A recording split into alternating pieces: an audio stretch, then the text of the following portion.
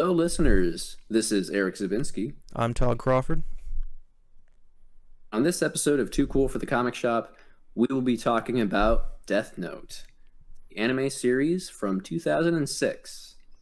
So, Todd, you've seen Death Note before I have. I am a new viewer, folks. I just recently watched the show over the first few months of the year with my fiance. We enjoyed it, and I heard that you had a background with this anime too. So this might be the only anime on this show, but we figured it'd be a good next discussion. Yeah. So my background with this show is funny because I wasn't totally interested until just watching out of curiosity because it had the weirdest marketing campaign where instead of doing like commercials or posters, they just had like all the nerdy girls at my high school wear hoodies with the show's like logo on it. And it kind of put me off because like they were into a lot of stuff that I'm just not into, like I don't know, like that band Tokyo Hotel and shit like that. And so I thought it'd be kind of the same way, like a Tim Burton-y, gothy kind of thing. And people like that stuff, but I'm personally not, just never been into it. And the more people I talked to, the more people that I respected, and I go along with some of these people too. I'm not making fun of them or saying I don't respect them, but people whose opinions I vibed with more, I guess I should say, were like, no, Death Note's actually pretty awesome. So I decided to check it out, and I wound up watching the show in like a few days, maybe a week, obsessively. And That's awesome. How many years ago was it for you? the first time I saw it, it was like freshman year of college. Okay, so definitely So several years ago at this point. 2012. It was 2012 when I first saw it. So almost 10 years ago, which is insane. Oh, damn, I forget how old you are sometimes. Yeah, me too. Yeah, I'm basically in a similar boat. I just jumped on the boat way later. Is that I had heard good things about it from several people. I'm kind of an anime guy, but I haven't watched more than like a dozen animes. So I try to watch the good stuff, the stuff with legacy. Death Note is a very prominent show, and it's stayed that way for 15 years now. And then my brother ended up watching Death Note on Netflix last year.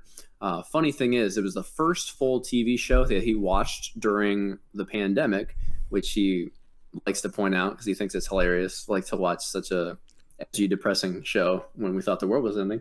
And he was like recommending it to me very hardcore most of last year. So then he was visiting over Christmas, and we finally caved and watched the first couple episodes.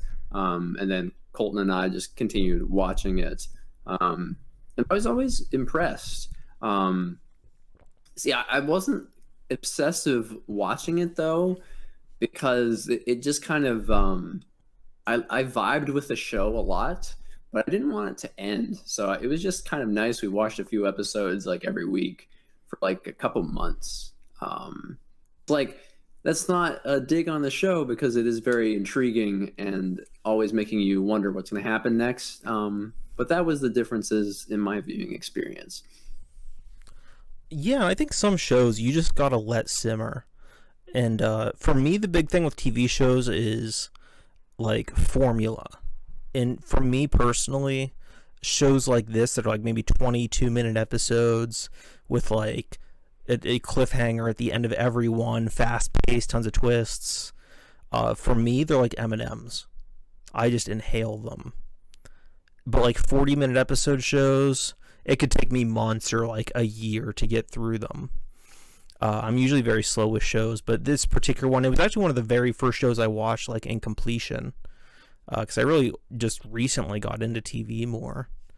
But something about it just got me, and maybe it's just boredom because I didn't have friends in college yet or anything, so that could have been a factor. But I think that the show hooks you from the first episode. As soon as it gets to, like, you know what the concept is going in, most people would, I would think. But when it gets to the part about Light being like a psychopath and just writing all the different names, I think that's such a strong opener for the show that just grabbed my attention immediately. Yeah, that was something that surprised me a lot because I knew where the show was going, that this kid would use this notebook to kill criminals and try in his mind to make the world a better place. I knew that was going to happen. I did not know that he would fall all the way off the deep end and like be fully committed to that cause by the end of episode 1. That kind of gives you a sense for the pacing of the show and how batshit it will become, because I thought that that would take a few episodes for him to get to that point, and it doesn't, which I was like very startled by. Yeah, exactly. And I think that for me, that was the difference. I thought it would be kind of like a Dexter-esque show that might be more grounded and high schoolish in that approach. You know, or maybe he has a crush and stuff like this. But really, I've always said this about this series, and people think I'm insane. I've always said that I want David Fincher to direct like a Netflix limited series or something about the show, because that's what attracted me to the show, was the twists and like the elaborate like game of chess that Light and L play with each other. And to be honest, for me personally, the Shinigami and all that, you could kind of take them or leave them. I think they're very good as plot devices, and how they're used in the rules is clever. I like Ryuk and stuff, but something about the aesthetic of that is contrasted with the more realistic, at least for like, you know, grounded in terms of anime style at least, approach to the human drama. I always thought they clashed a little bit too much. Yeah, I know. I see what you're saying. I mean, the stars of the show truly are the human characters, especially our protagonist and the rival. I mean, that being said, I definitely like Ryuk, especially because he's good comic relief. Because the show can get very heavy and very much in the internal monologues of Light specifically, which is just a humorless void of a place. So that's why I always really appreciated Ryuk as a character. But yeah, the Shinigami in a general concept, I agree, are more there for kind of the propulsion of the plot, and then some comic relief. They do some interesting character things with them from time to time, especially second Shinigami, that is, you know, for dealing with another character that comes later in the show. We'll get to that point. I completely agree. I mean, I think you're watching the show because of Light and L, and they're the focal point of the anime openings and the marketing images and all of that. So it makes a lot of sense. I completely agree with that. Well, I mean, one thing I will say though is, especially for me, who's like, you know, we've talked about some anime in this show before. We've talked about Akira, and I think Evangelion mentioned in passing. You know, I've seen the basics, Miyazaki, shit like that.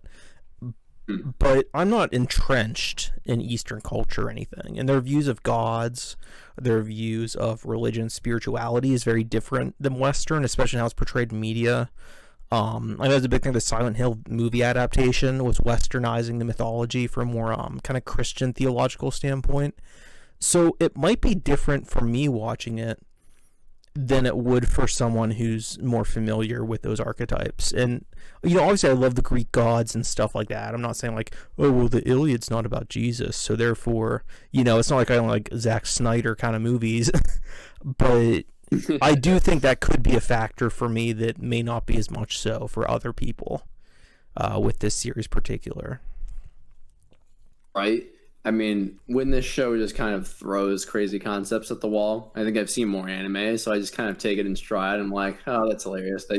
Sometimes I feel like the anime productions, even if they're more serious and realistic, they do like to get away with just crazy bananas shit and like throw you this weird extra bit of lore, this extra character for one episode, and it's just off the wall, which I do appreciate the artistic risk of that. One of my favorite episodes in Death Note is kind of towards the tail end of the show, when that moth Shinigami just is like, I want my book back, and it is really a bizarre wrench to throw in the plot because it's important, but just things like that I don't think Western showrunners do just weird off the wall stuff like that to like make a plot more complicated, but also just completely throw a wrench, add some levity for no reason. things that like that I just kind of appreciate. It always keeps you on your toes. Yeah, and I'm glad you brought that up with the other Shinigami coming in. It's like you always see them in the weird Shinigami purgatorial world that looks like the Dust Bowl or something. And then eventually, right, there's like, I'm gonna go see what Ryuk's up to, and and they just enter the plot. And I actually really appreciate that. I think that actually makes those scenes better, knowing that it doesn't just go nowhere. They're not just these asides. Right. It makes the world feel more lived in while not having to explain the lore of this kind of demon hell afterlife that they exist in. Because you don't learn everything about that world to somewhat talk about spoilers. You know, when the show ends, you don't like learn everything there is to know about this version of hell or whatever.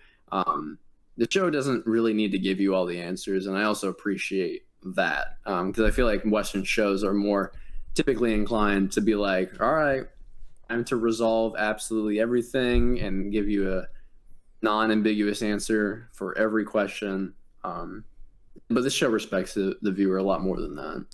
Yeah, and I'm actually surprised how chaste the anime is with that.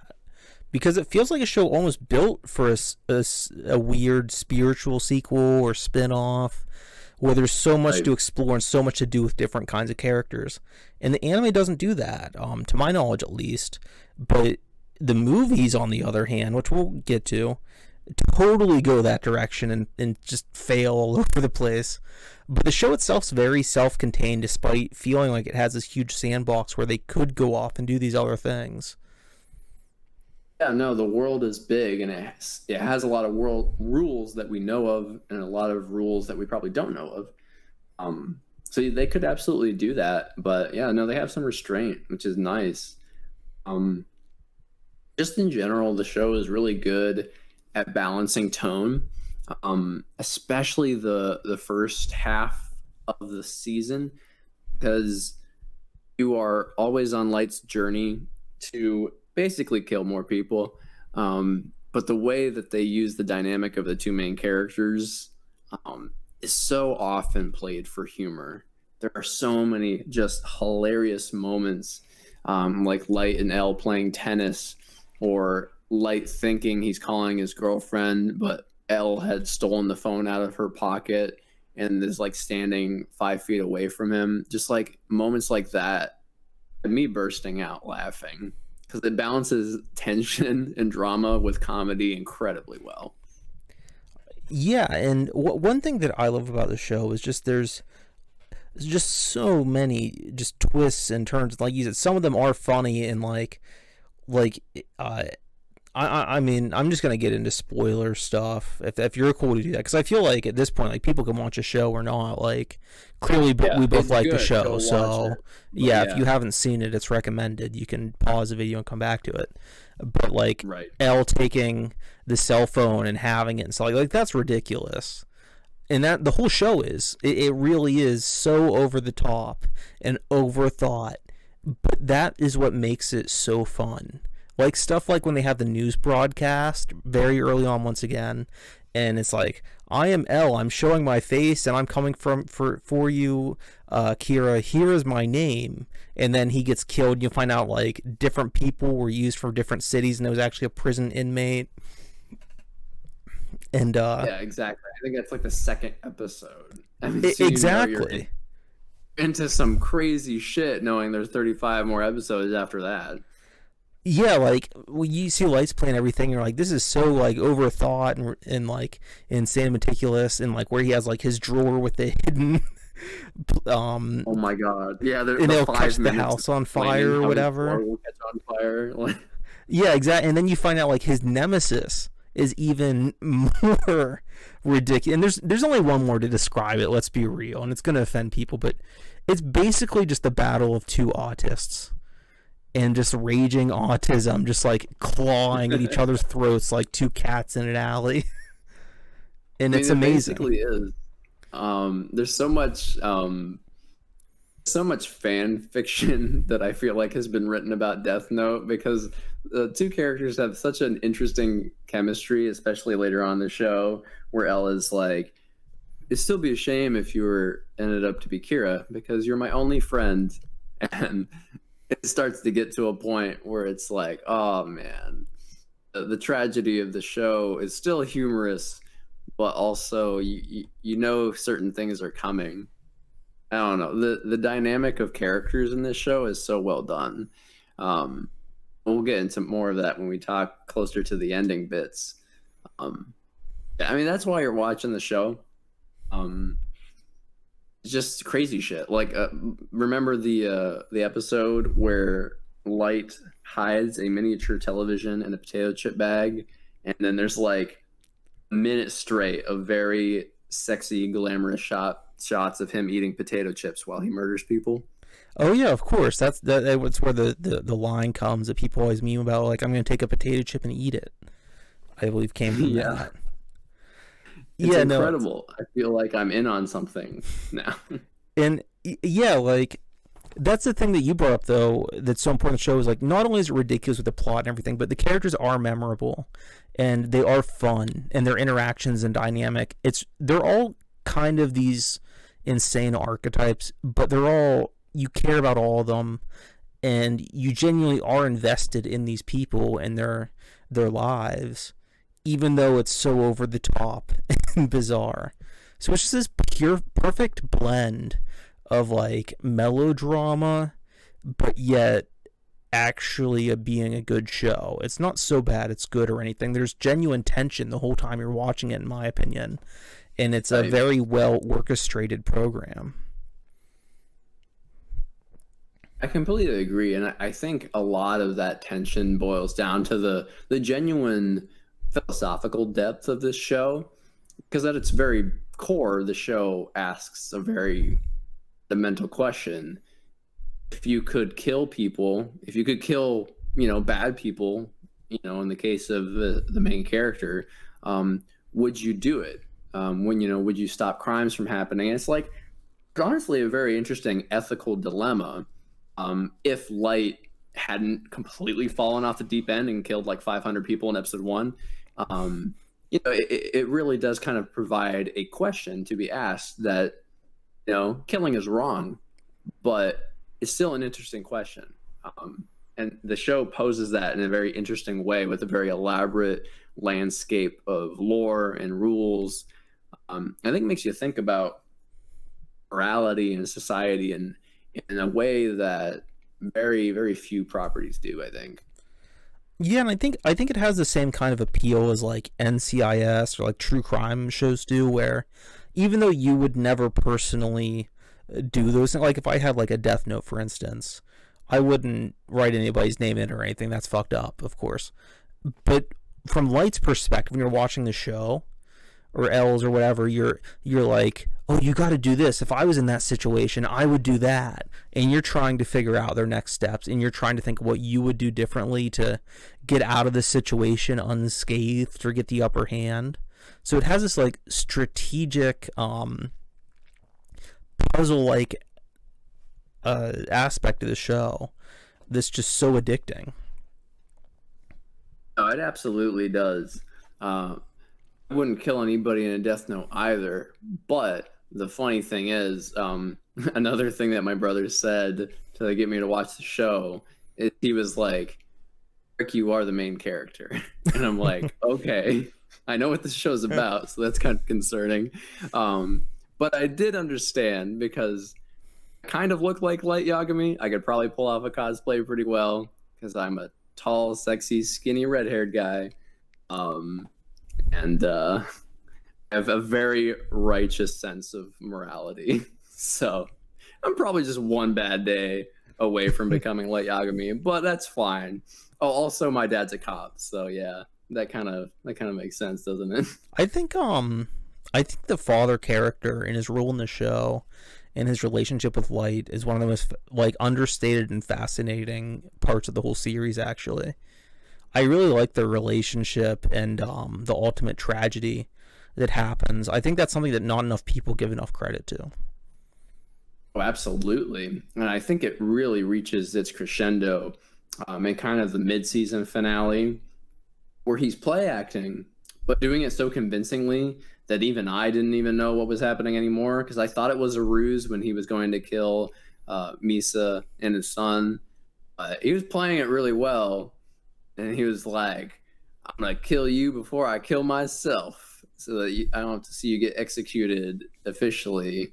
And that part of the show is definitely a turning point, but it's also one of the highlights for sure. Yeah, the whole band of cops. It's funny because like even like the Afro guy who shaves his head eventually and all that. They're such like memorable, fun, endearing characters, despite being Yes. kind of ancillary. Uh, Yeah, it's funny because they certainly start off as very background characters. Like several episodes early on in the show where I don't even know if they mention their names more than like once, maybe. And they steadily become more important, and then especially into the second half of the series, um, they are like interacting with the cast, the main cast, like every other scene, and they are very important. So the way they steadily built up a supporting cast, I think, was really well done. You didn't get overloaded with characters towards the beginning of the show, but they were still always present. So I think they were just really written well into the show that way. Especially when you consider that the show is so short. I mean, if we're discussing like a 6 season show, that wouldn't be nearly as impressive. I mean, it would that they're so likable and so well developed and so naturally Right. done. But considering the brevity of the show, I think it's triply impressive that they accomplished so much in so little time. And I don't know that I would have made the show any longer than it was. I know some people might think that it should have been shorter than it was, that aren't as fond of the second half of the show, but I think that it still has a lot to do and a lot of very good points in the latter half that people don't give enough credit for. Yeah, I agree. So let's talk about that for a second because I have a friend, one of my best friends, Brandon. He's the one who told me that a large chunk of the Death Note fan base does not like the second half of the series. Which before I had watched the whole show, I was going into the second half of the series knowing that some people don't vibe with the second half but love the first half. Um, and there was certainly a split towards the middle of the show where the show kind of goes bonkers comic relief for like 3 4 episodes in a row. So I was like kind of understanding where people were coming from. It was still progressing the plot, but you don't know exactly quite where it's going yet. But after a few episodes, it really fucking hammers back and becomes the Death Note show again, to an even greater extent. And then it just keeps ramping up the stakes from there. So I feel like some people who may have written the show off because there was a few different episodes may not have finished the show, and I don't think they're giving it the credit it deserves. Or I don't know what people are seeing that I'm not, if they did watch the whole show and think the whole second half of the show is garbage. I But I mean, find that very. I've talked to a lot of people about it over the years, and I'll get into really strong spoiler territory at this point because it is kind of the spoiler of the show. So if you're still watching for whatever reason or listening for whatever reason, obviously major spoilers ahead, blah blah blah. But halfway through the show, and this really is like the peak of the series. Even though I do defend the second half, I will admit it peaks about halfway through, and once Light accomplishes his goal and he takes out L. To me, that's the highlight of the show at its best. Just firing on all cylinders. And so many people, I was never personally that endeared to L as a character, as a plot point. I think he functioned really well. His dynamic with Light was good. To me, he felt a little fan servicey, a little too anime cartoonish for how the show is. I liked him Right. in the context of the show, but he's not one of my favorite aspects of it. But his role in it is so integral to the dynamics of the show, and I recognize that for sure. And he's a major reason the show works so well, is his dynamic with Light and his like game of wits. And so when he's taken out, I get why a lot of people who do celebrate him and love him so much were hurt by that. And there's been some things where like my character's been killed off. I'm like, oh fuck this, when you're out. I get that. Right. And I think for a bit, I think the show's still very interesting in that So when Light becomes a new L, I think that's a fascinating way to change things up. And I think what they should have had was the cop gang now have to figure out what L failed to do and apprehend Light, and they kind of go that route. But I get with introducing, I think M and N are their code names. I get why people hate that. I get why people hate those characters. I don't care for them either. I don't hate it as much as other people. But it's not nearly as strong as L in any way. So I do understand those complaints. Right. And I think the series knows that, though, too, because they replace L with two characters, not one, because I feel like they needed some level of stakes that could up the ante, especially since these two replacements are at odds with each other at first. It's kind of like, skipping to the finale really quick, it's kind of like teaching the lesson that you have to work together, truly, to beat the guy that you're trying to capture, because they are only able to do that by one of them sacrificing themselves and learning some extra bit of information that makes the whole season finale work, right? So I understand what they're going for, and especially with basically these characters are a specter of L hanging over Light. I do like it, but I think part of the reason they kill L when they do is because the show very much is trying to elicit shock value as many times as it can, if not every single episode. And that's why I was kind of surprised, because L dies with 14, 15 episodes left in the show. Light's father dies with about 10 episodes left in the show. So you're killing off these major characters, and there's still a lot of plot left to go. I do kind of understand the frustrations there. In my opinion, it just kind of shows that the show keeps moving and that it's kind of unpredictable. All of these things that you think would be saved for the last couple episodes that actually aren't. Pretty exciting, I think, especially since this is kind of like the mystery of wits of how Light will or won't get away with things. So I think it's satisfying in that way. Yeah, I definitely agree. And I think if they would have saved killing L for the end of the show, it would have been forgettable. Or if L was one to solve the whole situation, it would have been forgettable. Whereas him dying halfway through the show, I think, is infinitely more interesting. It's much more tragic. It's much more exciting in every way. The unfortunate thing is, as it removes these integral elements to the show, which I do think is a good creative decision, unfortunately, I don't think they replace it with something of equal value. And I think that's the big issue, is that for a lot of people, replacing L with anyone is going to be a tough sell, let alone these characters that are introduced practically out of nowhere and put together. That's why I say, if I was running a show, I would have had the motley crew of cops figure it out that were already introduced and developed over the series, have these unlikely heroes get together and take down Light after they had spent so much time around him and L and all that. Maybe it would have been a bit more traditional. You said, it's kind of what they do, but not really. Yeah. To blow the lid off of the final episode, Light and his band of cops meet with N, I believe that's N. Yeah.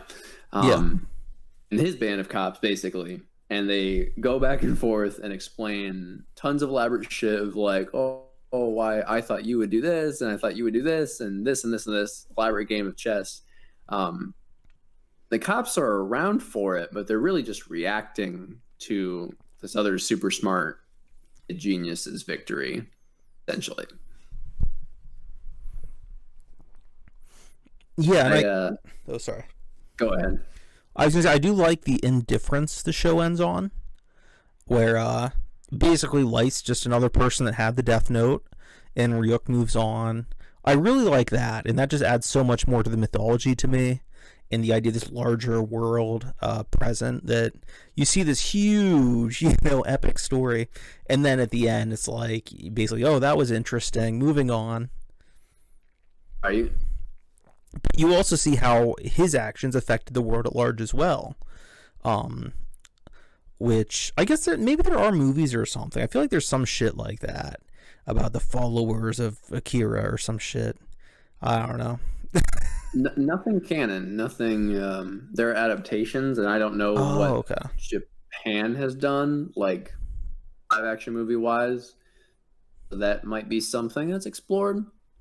But the show honestly explores more than I thought it might. I didn't know that there was a 5 year time gap in this show.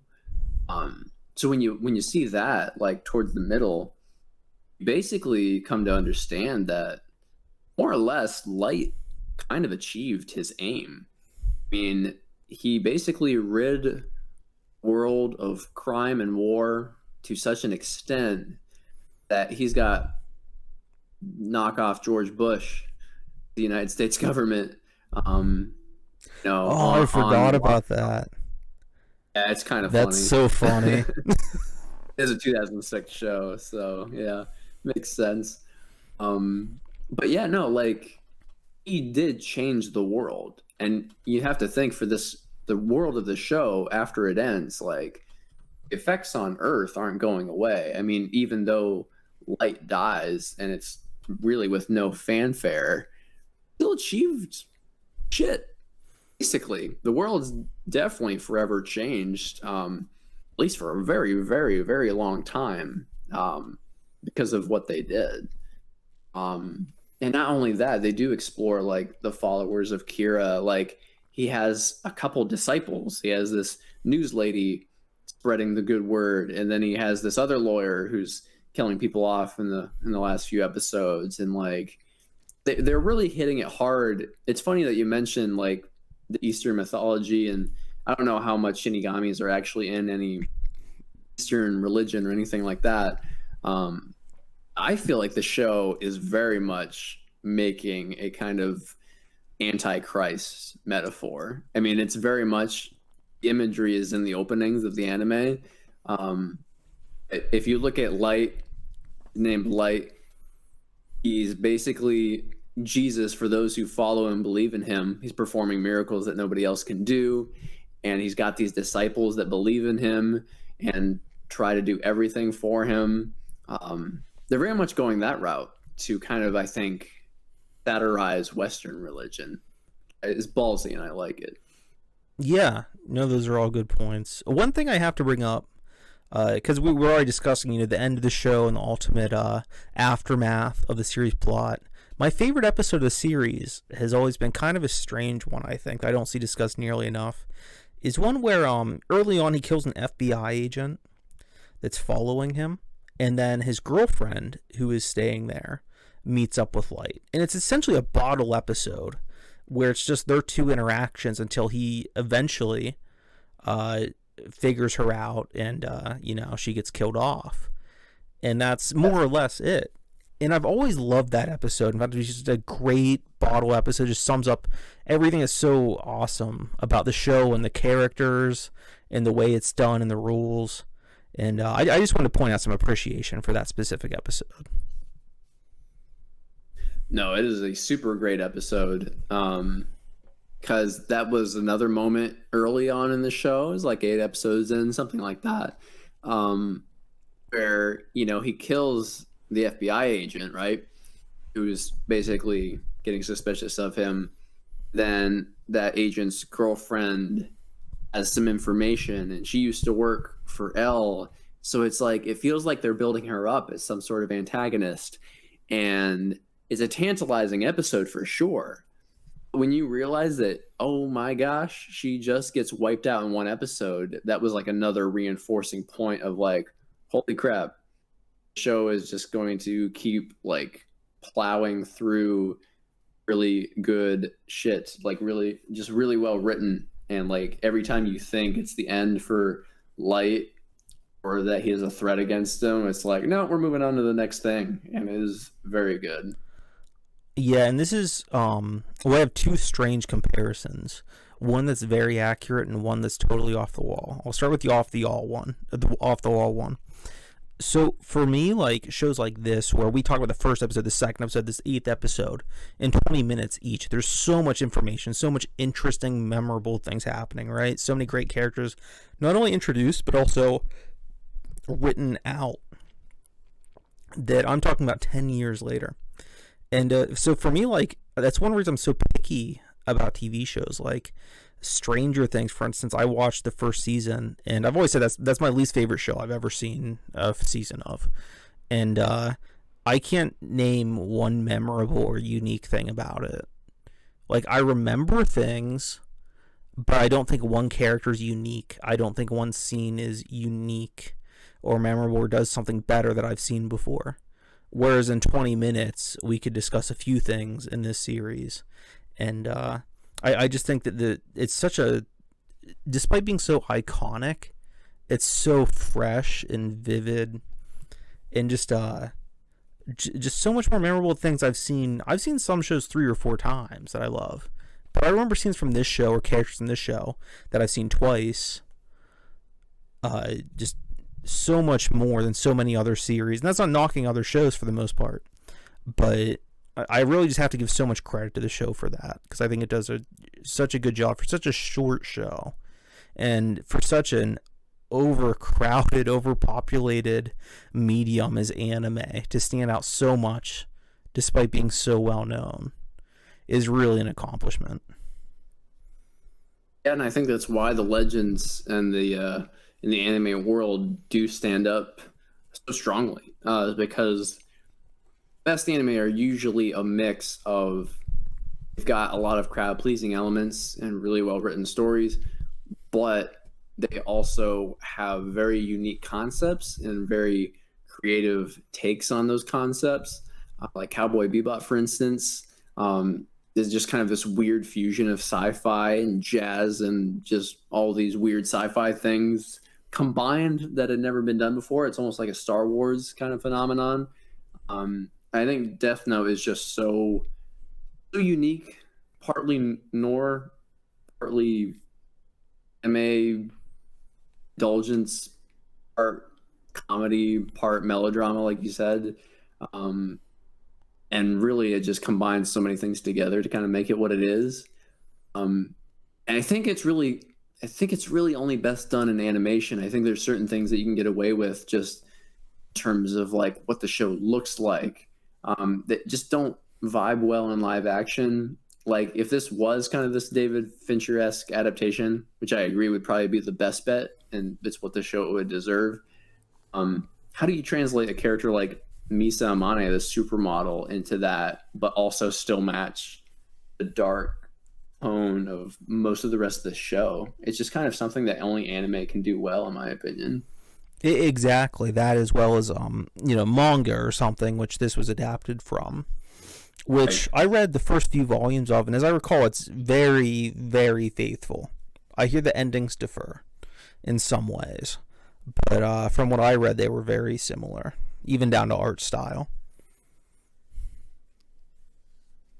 So I want to talk about the final episode a little bit more, because I thought of a point when we were talking about the L replacement characters, but I want to save it towards the tail end of the podcast. I think why I like the L replacement characters the most as a concept, because it makes the finale as best as it possibly can be. Because Light loses his shit when he is finally bested. And I mean, loses it. It is so satisfying to watch, but also scary to watch. I don't think that would have happened to that extent if the original L had found him out. Because that was the guy he was trying to prove himself against the whole time. And he beat him. So in that way, Light felt like he was safe, that he couldn't be conquered by anything else. Especially 5 years passed, and it's like that was his biggest accomplishment, and he bested him. So when a replacement, basically little L Jr., is the person who ends up defeating him, that completely unravels him.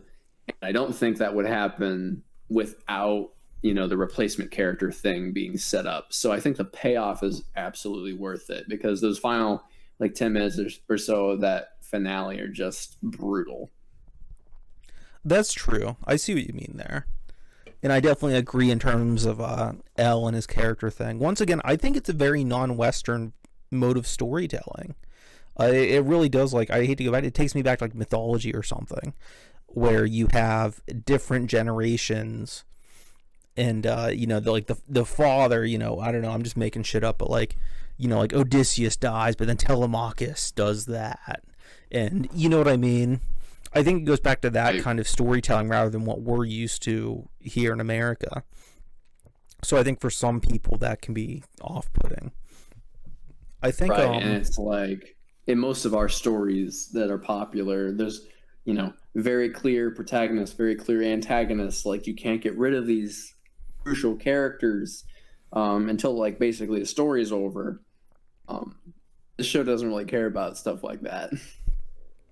Exactly. And you know what the series reminds me of a lot? This is my accurate comparison. It's so funny because they're so different, but I think once I say it, it's going to be one of those like light bulb moments. The appeal to Death Note is almost identical to the appeal in the Saw movies.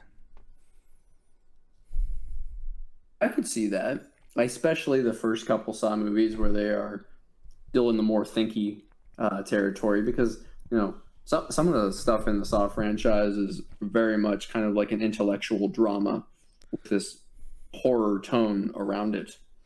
Yeah, I like the first Saw movie quite a bit. Wait, yeah, I agree. I like the first one, especially as an indie movie. I only saw the first like 3 or 4 of them, and I only really care for the first 2, I'd say. But like, to strip the aesthetics away, remove the gore, remove the supernatural elements of Death Note, and really you have these like these overcomplicated movies built around twists and kind of memorable characters where Light is essentially the jigsaw, and you're figuring out like what the big twist is gonna be at the end of each episode or movie. And I think if I was trying to sell the show to someone, I would say it's almost similar in that regard. Yeah, no, I definitely see the comparison. Like, watch Saw and Death Note because I think the most exciting thing that you watch those things for are for just figuring out what the hell's going to happen next and how it's all going to make sense and blow your mind, which is more enticing than all the death, I think, either of those properties. Even though that's very much like the brand kind of for both of them. Yeah, exactly. So do we want to wrap up the show, our thoughts on the show, and get towards the American movie? Yeah, I guess for a couple minutes we can talk about the American movie because we were gluttons for punishment. We watched it later the same day we ended the show because we had nothing to watch over dinner, and it was not good. Yeah, before we get too deep in the movie, I think because we've done this, it's kind of weird to do for an entire series, but it is one season. But in the past, when we talked about shows, we have rated the series. So I think we should each assign a grade to the Death Note series. I mean, I would... Like, are we doing letter grades? I was thinking letter grades. I had the 2 letters in mind. I'm kind of between 2. I think I'll give it an A, but not an A+, because, like, I don't even know what deserves an A+. Probably a couple shows for me. Just gonna give it a solid A. I mean, it does so many things right, and it always had me on the edge of my seat, and constantly being bold and creative, and just the character writing in this show, it's so good. And I'm gonna make some comparisons when we talk about the movie here in a second. But talk about strongly written characters. I know you said like they are very archetypal and like stubborn, but that's kind of what makes them all excellent because they all play off of each other. But this show knows how to write character dynamics so goddamn well. So I'm gonna give it an A. Oh, totally. I definitely feel that. So I'm between 2, and I'm gonna judge the show because it's one season, but it's really kind of 2. It's kind of like a side A, side B situation, like the end of Sopranos or Mad Men or BoJack Horseman. Yeah. for me, and I'm not going to even separate it between the two seasons, but I do think the first half is clearly the higher end for me personally. The show's best, I'd say it's like an A minus roughly. There's not a reason I'm giving it less than an A. It's just that it does have those little things that are a bit much for me. That are just a little too anime for how grounded the series is, and maybe that's just my personal taste. But at its best, I'd say it's like an A minus. At its worst, I would say it's a B plus. I mean, I don't think the difference is that great. I think it's a very entertaining show. Like you said, the writing's always very good. The characters are always great. The formula is just, it's like catnip. I mean, I just fucking inhaled this show. And if I started watching it tonight, I'd be up till tomorrow at 1 a.m. 24 hours later, still watching it. I don't even think the show goes on that long. I mean, it is that fun. I really adore this series. Yeah, I completely agree. And I would agree with the letter grades, like if you're ranging it from the episodes, because there's never really that much of a stinker of an episode. I think the show is very consistent. I know some people might disagree with that, but I mean, keeps finding engaging new ways to use the Death Note concept and to use the hyper intelligent mystery that it's going for. And also, if you don't like what's going on in a certain episode, well, guess what? Next episode or 2 episodes from now, we'll be on something completely different. The show, it's 37 tight episodes long. There is no filler I can think of, and it keeps moving. So it's really hard to get bored or frustrated with the show, I think. It's also good because a lot of anime does have filler. A lot of anime does just create content to just be like, hey, here's more episodes of a thing you like. And this show doesn't do that. I really don't think it does. So it's to be commended. Oh yeah, it just, like you said, it flies through those plot points, and it's funny because it should be a criticism. If I was maybe more quote unquote objective, maybe I would say maybe there should be 45-minute episodes cramming as much information into each one. Maybe it should be twice as long in terms of episodes. I don't know. But for me personally, as a viewer and my taste, I love that it feels like you're watching a show and fast forward. That is one of my favorite parts of the show. Yeah, I mean, that would probably be my biggest critique of Death Note, is that sometimes it can feel a little bit too cerebral for its own good. There are some episodes that are like 80% character monologues, their inner thoughts. Like in the show is panning over their faces or the room that they're in and stuff like that, which I get saves on animation costs and stuff like that. So there's some times where the show gets a bit too heady and a bit too much at once. I also think that's part of the appeal. I think you want, on your first viewing at least, I think you want to feel like you don't understand everything that's going on. Because if these characters are super geniuses, then that's kind of the point. That's really the only small criticism. It's really not even a criticism, but it's like kind of a warning for people who don't like kind of like the mystery, super intellectual drama kind of thing. Because that's what this show is. So, I mean, if that's not your type of TV, it might not be for you. But otherwise, I think it's generally fit for most audiences. Yeah, so speaking of things not fit for human consumption, let's discuss Netflix and Adam Wingard's Death Note. I believe it came out in 2016, maybe 2017. The director's name. I do, because so here's the deal, okay? And I've talked about this many times, but I don't know if this discuss on the show. He had a movie called You're Next. I saw in theaters back in college. Very fun slasher home invasion movie. It's like an 8 out of 10. I liked it a lot. Fun little flick. The next film, The Guest, some people love. I did not. I felt like it tried a bit too hard to be a Refn movie. I thought that it started out being a clever script that was deconstructing those kind of movies, and by the end it just became a dumb B movie.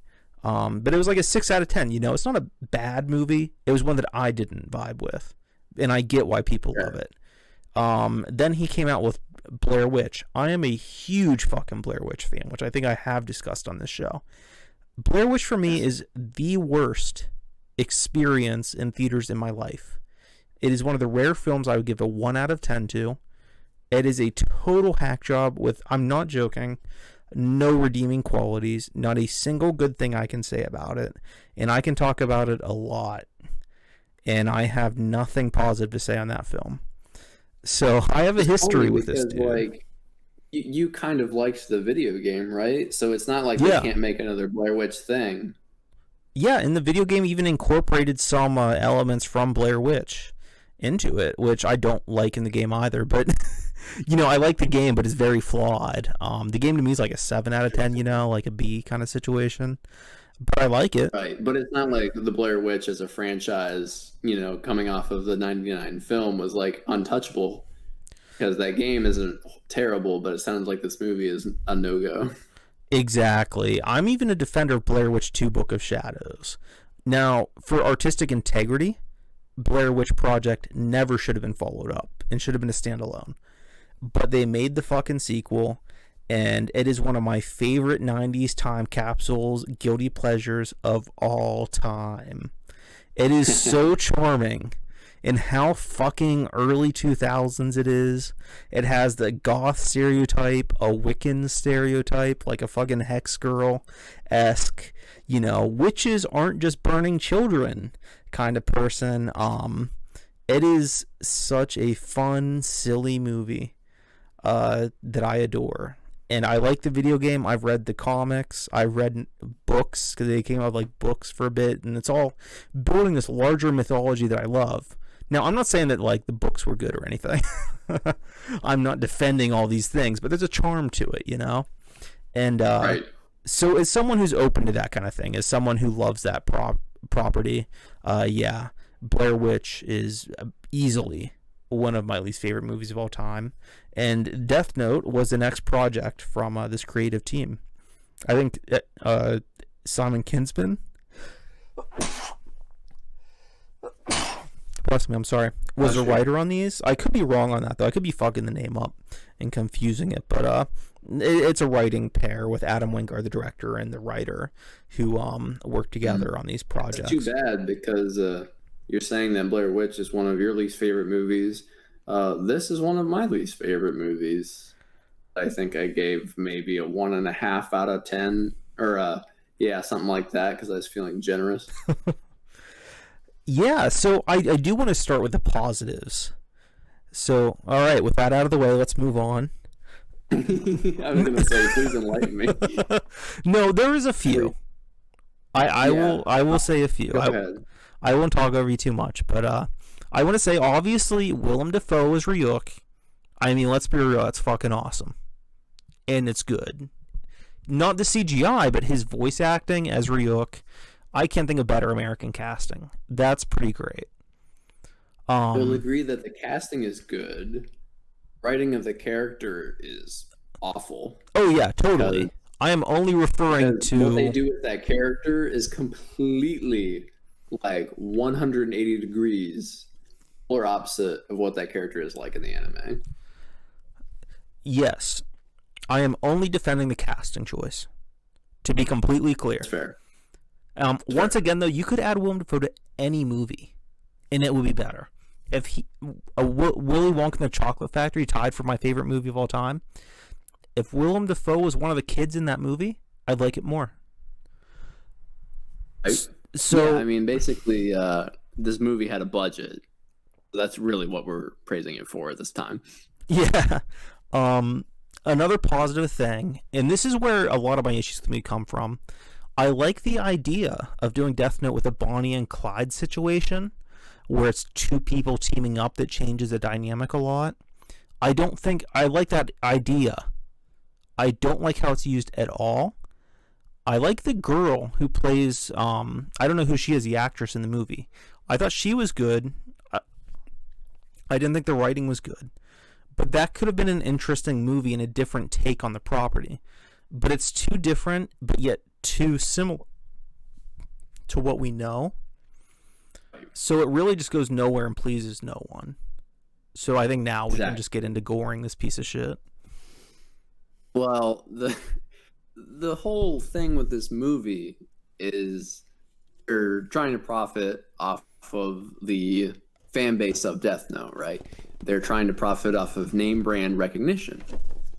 You could do that by just calling a movie Death Note and maybe exploring a different cast of characters or a different plot entirely. That would be potentially appealing if it was written well, which it isn't, obviously. But this movie commits the cardinal sin of naming all the characters what they're named in the anime. So typically you would expect Light to act like Light, and L to act like L, and Ryuk to act like Ryuk. And obviously this girl is kind of like the Misa stand-in, even though her name is fucking whatever, it doesn't matter. Basically, it tells you all of these characters are these characters that you know from an anime, and none of them are at all in any way like what they are in the show. I was talking about strong characters. The anime is very strong writing. And it's just not very engaging to see this high school loser has no strong moral convictions, really. Like, backpedal on the idea of killing people every 10 minutes. It's essentially what this movie is. And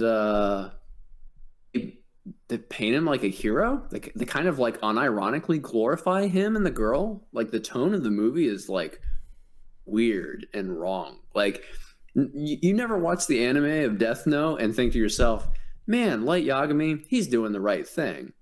You're kind of like immediately horrified but intrigued all the same, because he's just a very strong character with strong moral convictions, and you want to see how that plays out. This movie doesn't have a strong character.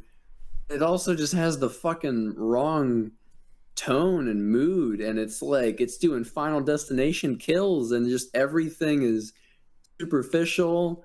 The fucking Seattle Twilight relationship bullcrap that they tried to write into this film is garbage.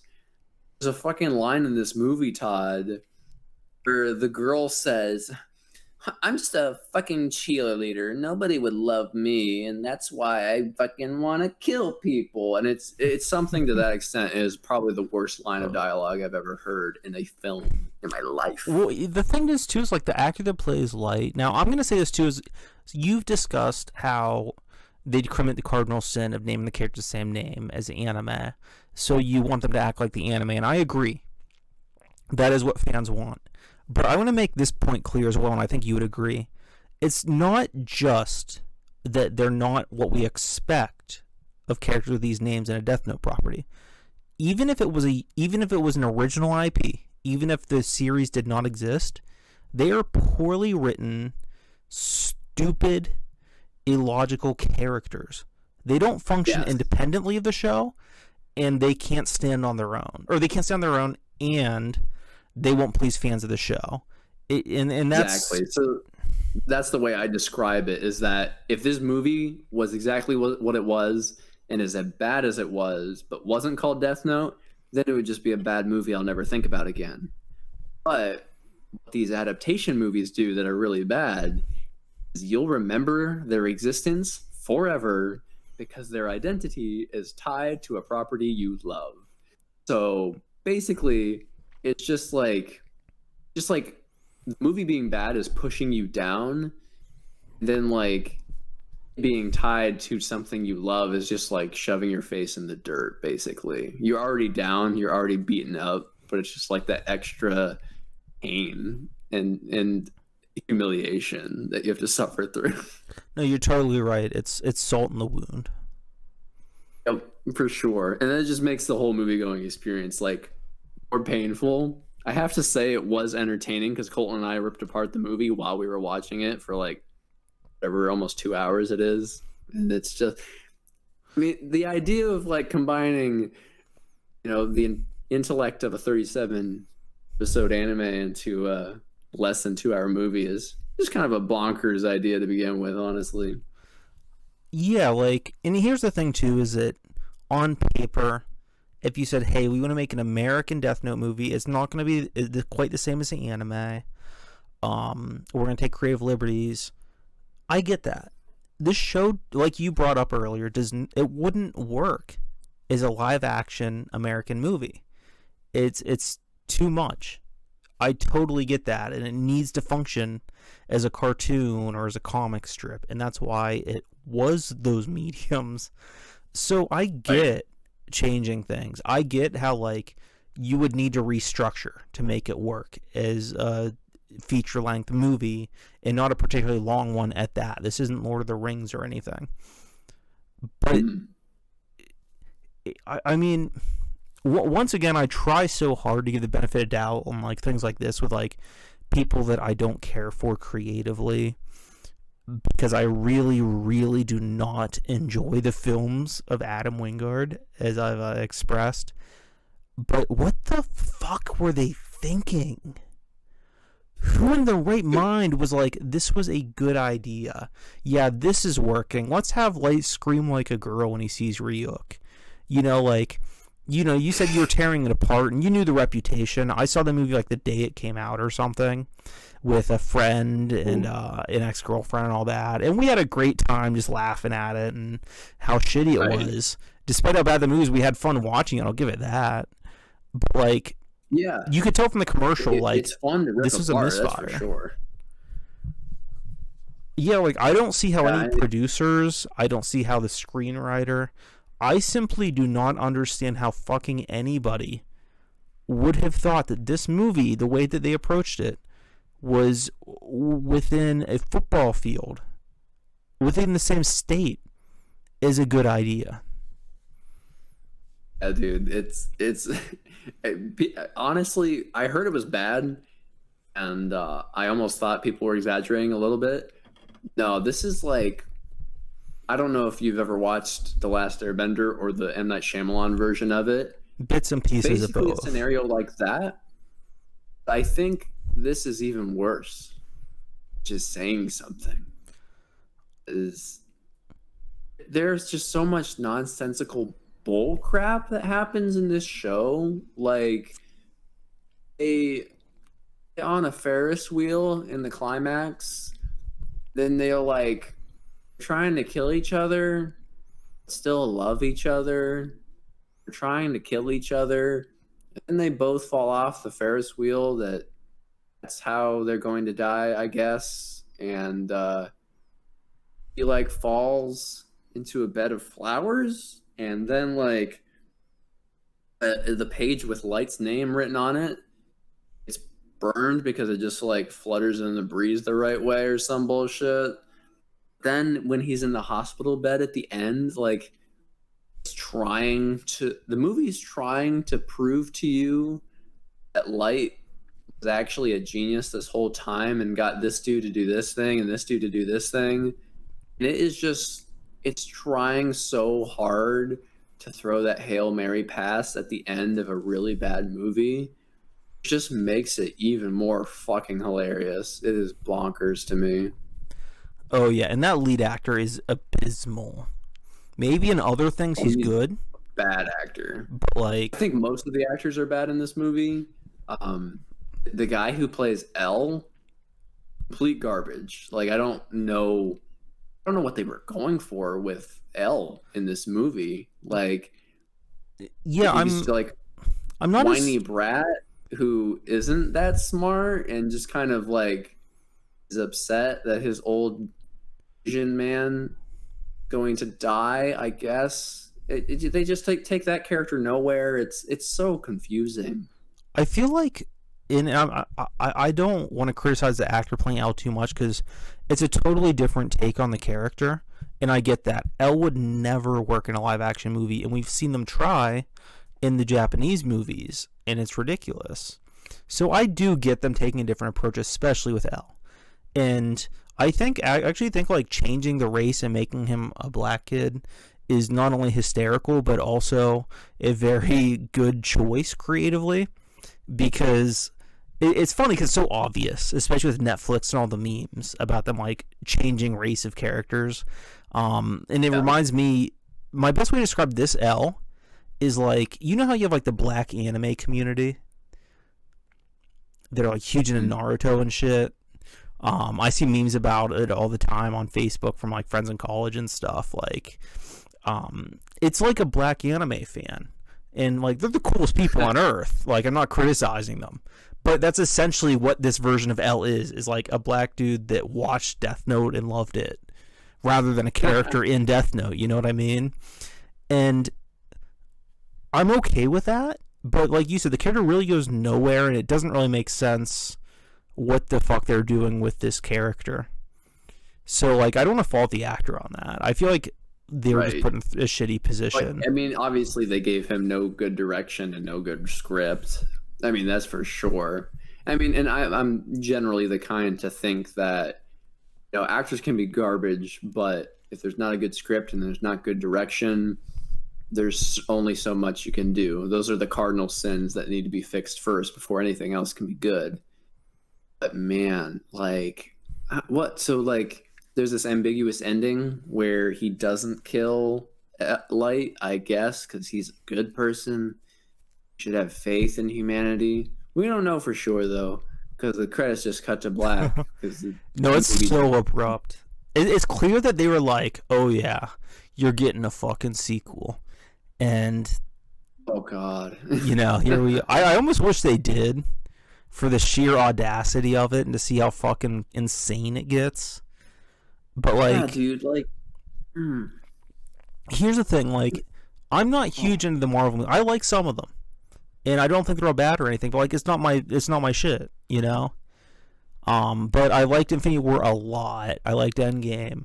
I like Winter Soldier and Civil War and all that. Like Iron Man 1, Ant-Man. Like, but I get that people love those movies. I did not like the DC movies at all at first, but I understood that people love them. Not as many people, but I understood it had an audience. And I respected that, because they put up with a lot of shit back in the day. Now I love some of those movies too, but once again, not all of them. This particular movie, I've never met someone on Earth that likes it. Right. So like, you know, like, even before I gave a shit about like Justice League as a movie, I wanted Zack Snyder's cut to get out because I knew people wanted to see it and would be made happy to get the chance to see it, even before that became a personal goal of mine. You know, Death Note, Netflix's Death Note 2, I don't know of anybody whose life would be better if it existed, so. Only you want to see it, Todd. Yeah. Which honestly just For makes it yours. all the wrong reasons.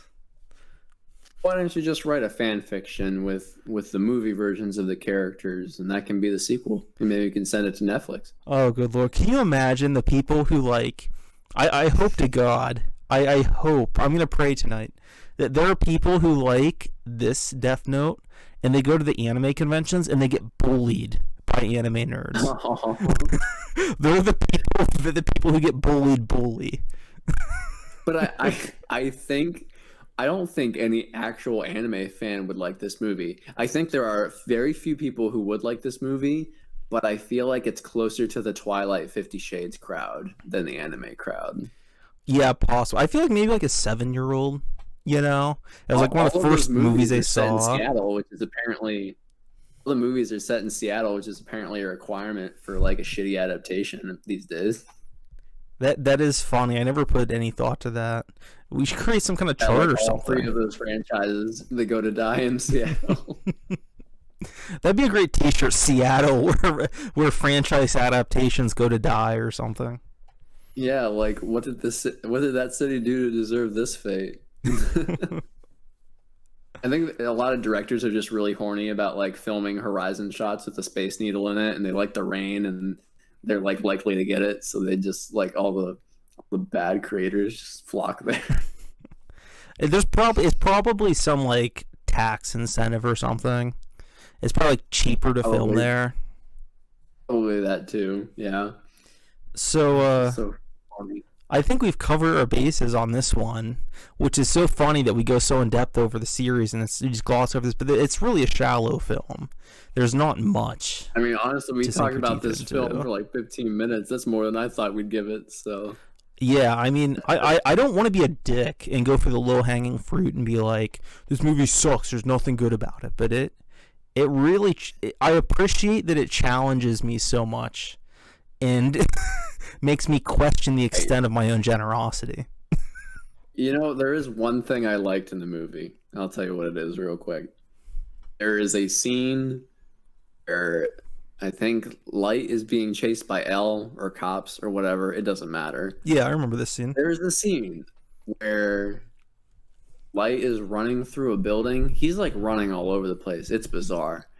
And there's a scene that is one continuous shot of like him throwing a garbage can full of papers into the air. And it's all one continuous motion, and then the camera keeps tracking him down the hallway. It was the one moment of joy in the film, and I was like, I can tell somebody had fun filming that scene. It was the only moment that I genuinely liked in the full movie, but there was something. There was a tiny glimmer of like some artistry somewhere. Yeah, and even that, like, you describing like Light's running and the cops are chasing him, he's throwing papers in the air from the garbage can, like, it's still silly. It was hilarious. It's so bad, but I felt like it was the one moment of recollection where there's some craft. The crew was like, we know this movie's bad. We're gonna own it. Yeah, we're gonna pull a True Detective on it. Yeah, so that's what it felt like to me. So I'm glad the movie got to that point, even for a couple seconds. But yeah, I'm glad that we talked about a very good show, a very bad film. You know, and, you got to take the salty with the sweet, right? That's delicious. Exactly. So which hopefully, one are you and which one am I? Well, I was referring to the show was sweet, but the movie was salty. I enjoy both flavors. Yeah, but I thought the metaphor could extend further. Good point. I guess you would be. I'm gonna say that you're gonna be sweet, and I'm gonna say I'm salty. I don't know. Right. That probably fits. Not within the show, just generally speaking, with the dynamics. In all possible conceivable ways. Yeah. But yeah, we talked about our first anime because BoJack was Western animation. Sometime in the near future, Maureen and I, and potentially Todd as a guest audience kind of member, we're going to be doing a spin-off show called Too Cool for Anime Club, where all of the animated shows that we're not going to make Todd watch because they're long and you're a busy man, Maureen and I are going to talk about. So something else to look forward to if anybody's still listening, but we've been talking about that for a little bit. So there's our first official plug. We are co-opting your channel, Todd. Yeah, so definitely check that out. And it's a public channel. It's for the people. I don't own it. It's on the people own the channel. We'll give out the login information on the Facebook. I just work for it. I'm just a servant, you know.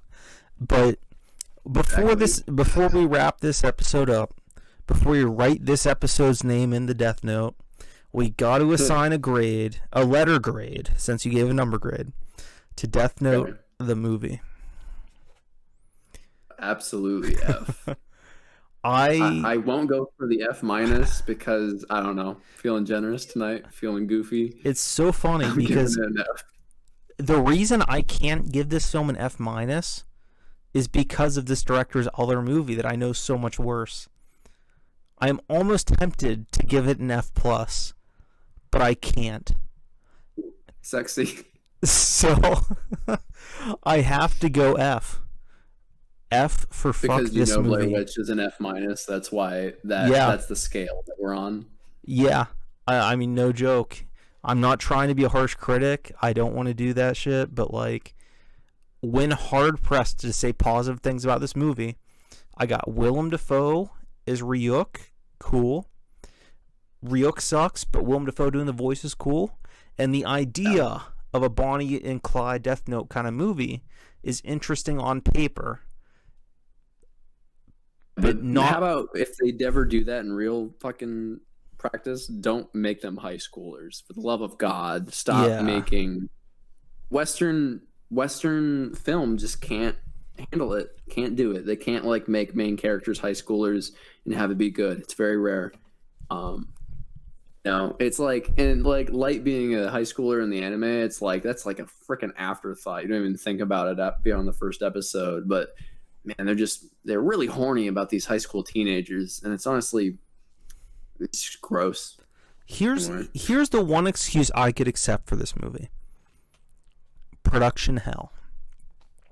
If I found out the movie had 12 different scripts by 12 different creative teams, and Netflix was like, we want Twilight, we want Hunger Games, we want Death Note, we want this, we want that. You know what I mean?